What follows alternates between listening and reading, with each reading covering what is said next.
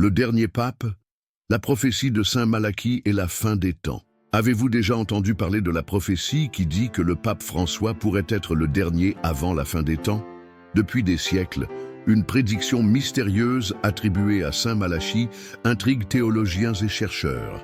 Selon cet ancien manuscrit, il existerait une liste de 112 papes, culminant avec un chef énigmatique nommé Pierre le Romain, qui régnerait en période de grande tribulation. Beaucoup pensent que ce moment est arrivé, mais cette prophétie a-t-elle un fondement biblique? Vivons-nous réellement les derniers jours? Et si c'est vrai, qu'est-ce que cela signifie pour l'avenir de l'Église et de l'humanité? Aujourd'hui, nous allons découvrir cette prophétie mystérieuse, la comparer aux Écritures et analyser ce qui pourrait se passer maintenant que la santé du pape François est fragilisée et que le monde semble de plus en plus effrayant. Faites attention, ces prophéties vont défier vos opinions et vous amener à de profondes réflexions. Avant de commencer cette étude, abonnez-vous à la chaîne, activez les notifications et suivez cette enquête fascinante. Maintenant, commençons. La prophétie des papes aurait été écrite par Saint Malachie, un archevêque irlandais du XIIe siècle. Selon les récits, il aurait eu une vision de tous les papes qui gouverneraient l'Église catholique jusqu'à un moment critique de l'histoire humaine. Sa liste, composée de 112 papes, se terminerait par un chef décrit comme Petrus Romanus ou Pierre le Romain. La prophétie a été découverte et publiée en 1595 par un moine nommé Arnold de Wion. Dans celle-ci, chaque pape reçoit une devise en latin, un court titre décrivant son caractère ou son pontificat. Par exemple, Jean-Paul II a été appelé « de labor et solis », du travail du soleil, que beaucoup interprètent comme une référence au fait qu'il soit né lors d'une éclipse solaire. Benoît XVI a été décrit comme Gloria Olivae, gloire de l'olivier, que certains associent à l'ordre bénédictin, qui a l'olivier pour symbole. Mais qu'en est-il du pape François? Il est le 112e de la liste, et la prophétie s'arrête avant de décrire sa devise. À la place, le texte final déclare: lors de la dernière persécution de la Sainte Église romaine, régnera Pierre le Romain, qui paîtra ses brebis au milieu de grandes tribulations. Après cela, la cité aux 7 collines sera détruite, et le juge jugera son peuple. Si cela est vrai, François serait le dernier pape avant des événements catastrophiques. Mais qui serait Pierre le Romain? Certaines théories suggèrent que le pape François lui-même pourrait correspondre à ce profil. D'autres pensent qu'il s'agirait de son successeur. Il y a aussi ceux qui soutiennent que Pierre le Romain est un symbole, une référence à l'apôtre Pierre et aux origines de l'Église. Cependant, avant d'accorder du crédit à cette prophétie, nous devons nous poser une question fondamentale. Que dit la Bible à ce sujet? Jésus nous a déjà avertis du danger de spéculer sur la fin des temps. Dans Matthieu 24, 36, il a déclaré: « Quant à ce jour et à cette heure, personne ne les connaît, ni les anges des cieux, ni le Fils, mais le Père seul. » Cela nous rappelle que seul Dieu connaît l'avenir. Aucune prophétie extra-biblique ne peut se substituer à la parole de Dieu. Cependant, nous ne pouvons ignorer les signes autour de nous. Dans Matthieu 24, 6, 7, Jésus nous a avertis de ce qui se passerait dans les derniers jours. Vous entendrez parler de guerre et de rumeurs de guerre. Une nation s'élèvera contre une nation et un royaume contre un royaume. Et il y aura des famines, des pestes et des tremblements de terre en divers lieux. Aujourd'hui, en 2025, nous voyons ces signes s'accomplir. Conflits au Moyen-Orient, une crise climatique sans précédent, des tensions politiques et sociales dans le monde entier, le pape François, déjà âgé et en mauvaise santé.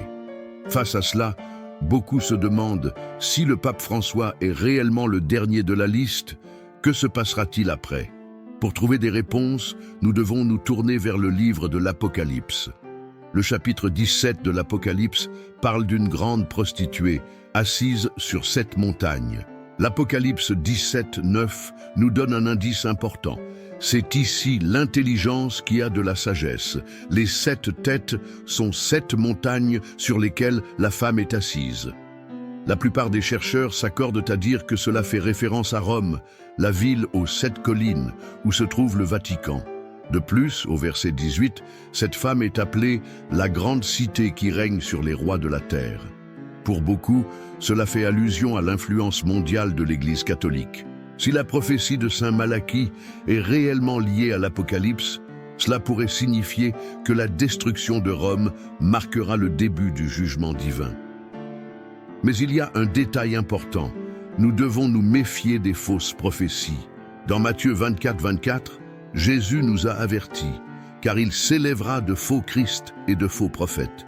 Ils feront de grands signes et des prodiges, au point de séduire, s'il était possible, même les élus. Ainsi, avant de nous attacher aux prophéties humaines, concentrons-nous sur ce qui importe vraiment, le plan de Dieu pour l'humanité.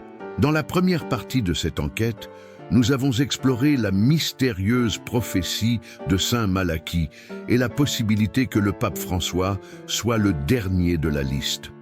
Mais maintenant, nous devons aller plus loin. Ce qui compte réellement, ce ne sont pas les spéculations humaines, mais bien ce que la Bible nous enseigne sur les signes des temps. Sommes-nous en train de nous approcher de la grande tribulation? Comment devons-nous interpréter les événements qui nous entourent? Dans 1 Thessaloniciens 5, 2, 3, l'apôtre Paul nous avertit, « Car vous savez bien vous-même que le jour du Seigneur viendra comme un voleur dans la nuit. Quand les hommes diront « paix et sécurité », alors une ruine soudaine fondra sur eux, comme les douleurs de l'enfantement sur la femme enceinte, et ils n'échapperont point. » Ce passage est un appel à la vigilance, non à la peur. Bien souvent, de grands changements et tribulations surviennent précisément lorsque le monde semble rechercher la paix et la stabilité. Depuis son élection en 2013, le pape François a promu un discours de miséricorde et de simplicité.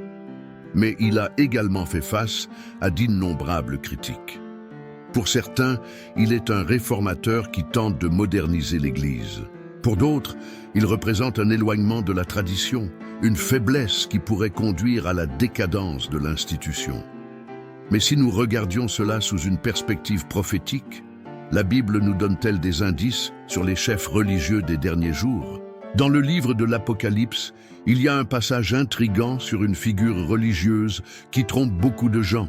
Puis, je vis monter de la terre une autre bête qui avait 2 cornes semblables à celles d'un agneau, mais qui parlait comme un dragon. Apocalypse 13, 11, 12. L'image de l'agneau évoque une apparence de sainteté et de paix, mais sa voix révèle une autre vérité. Elle parle comme le dragon, symbole de Satan. Cette description pourrait-elle faire référence à un leader religieux qui semble pieux, mais qui serait en réalité trompeur?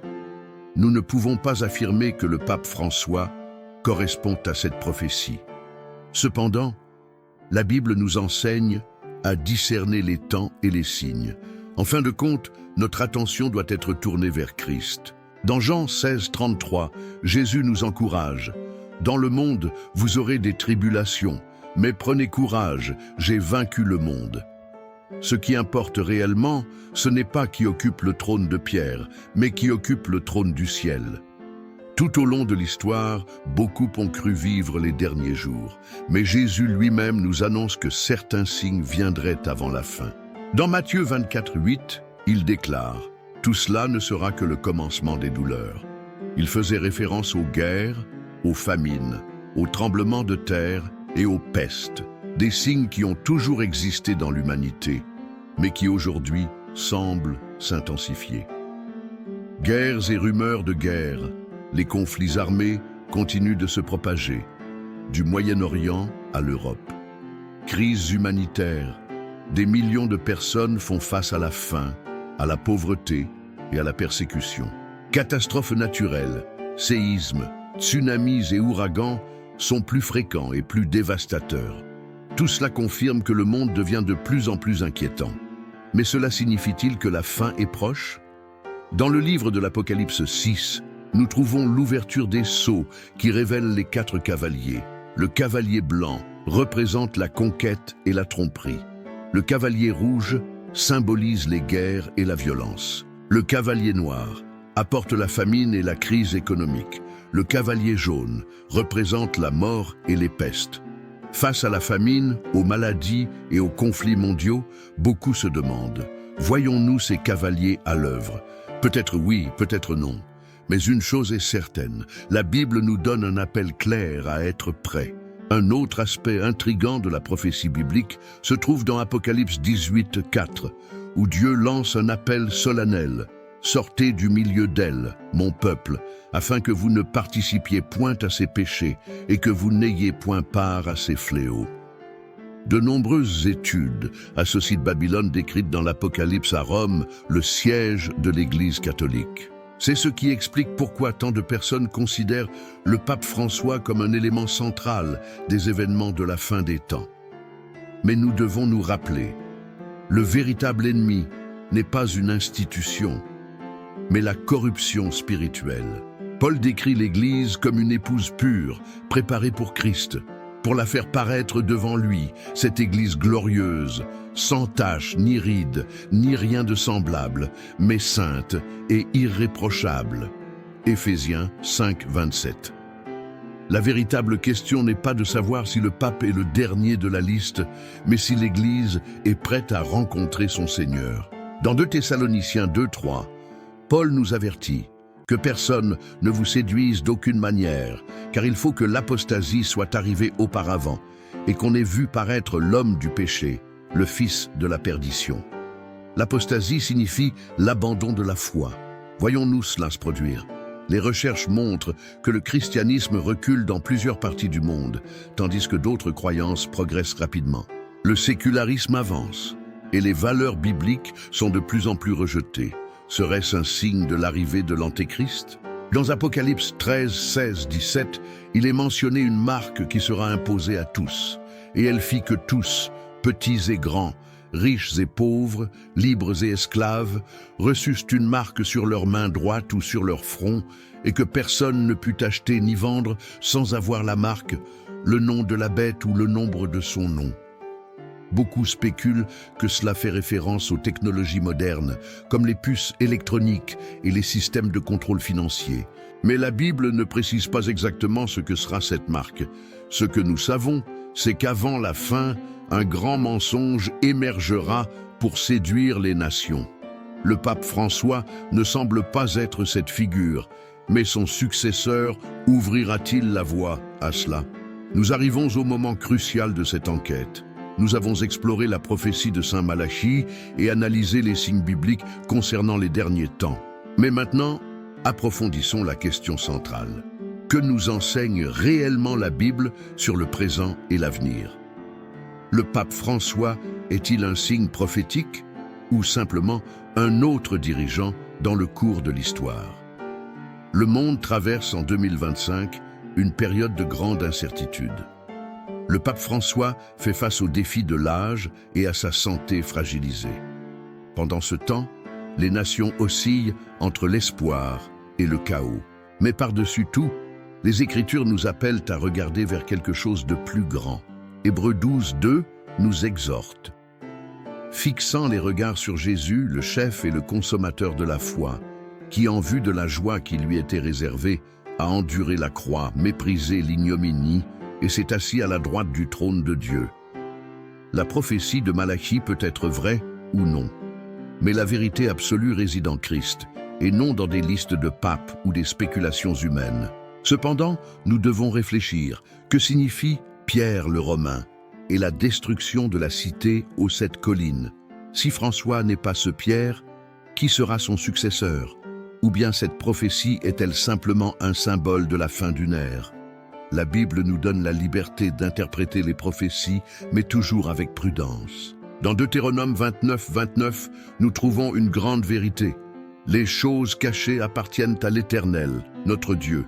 Mais les choses révélées sont à nous et à nos enfants, à perpétuité.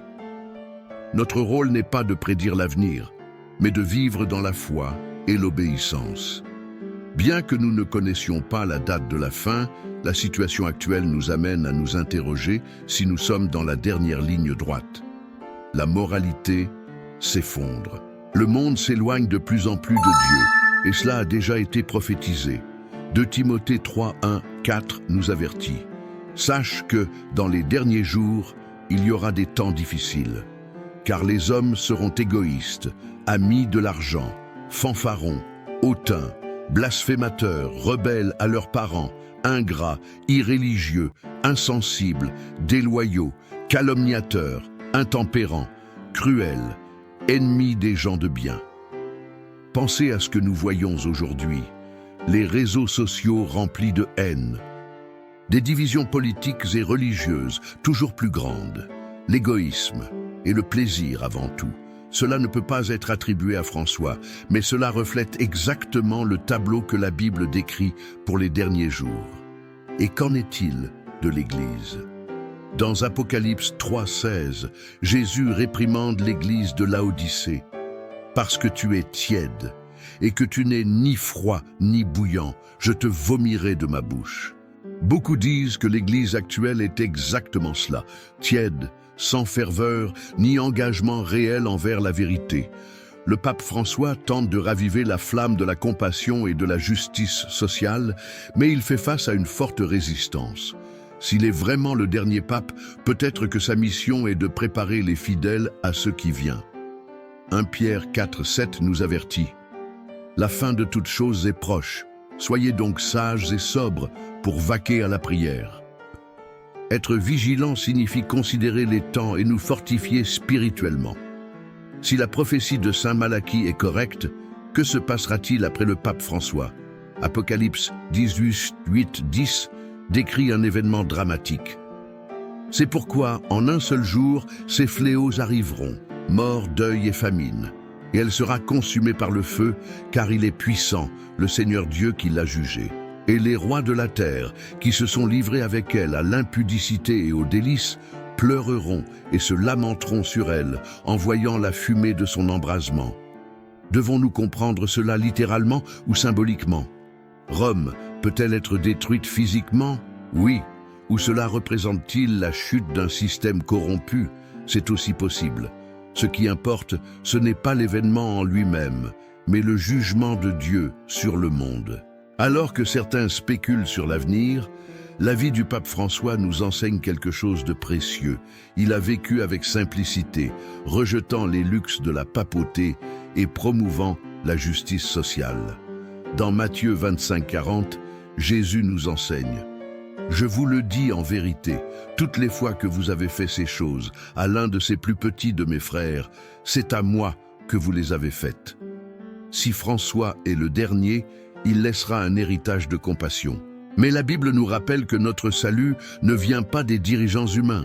Acte 4, 12 déclare « Il n'y a de salut en aucun autre, car il n'y a sous le ciel aucun autre nom donné parmi les hommes par lequel nous devions être sauvés. » Ni Rome, ni Saint Malachie, ni François ne peuvent nous sauver. Seul Christ le peut. Matthieu 24, 42 nous laisse un avertissement puissant. « Veillez donc, puisque vous ne savez pas quel jour votre Seigneur viendra. » Le monde peut s'effondrer, Rome peut tomber, mais Philippiens 4, 6, 7 nous apporte du réconfort. Ne vous inquiétez de rien, mais en toute chose, exposez vos requêtes à Dieu par des prières et des supplications, avec des actions de grâce. Et la paix de Dieu, qui surpasse toute intelligence, gardera vos cœurs et vos pensées en Jésus-Christ.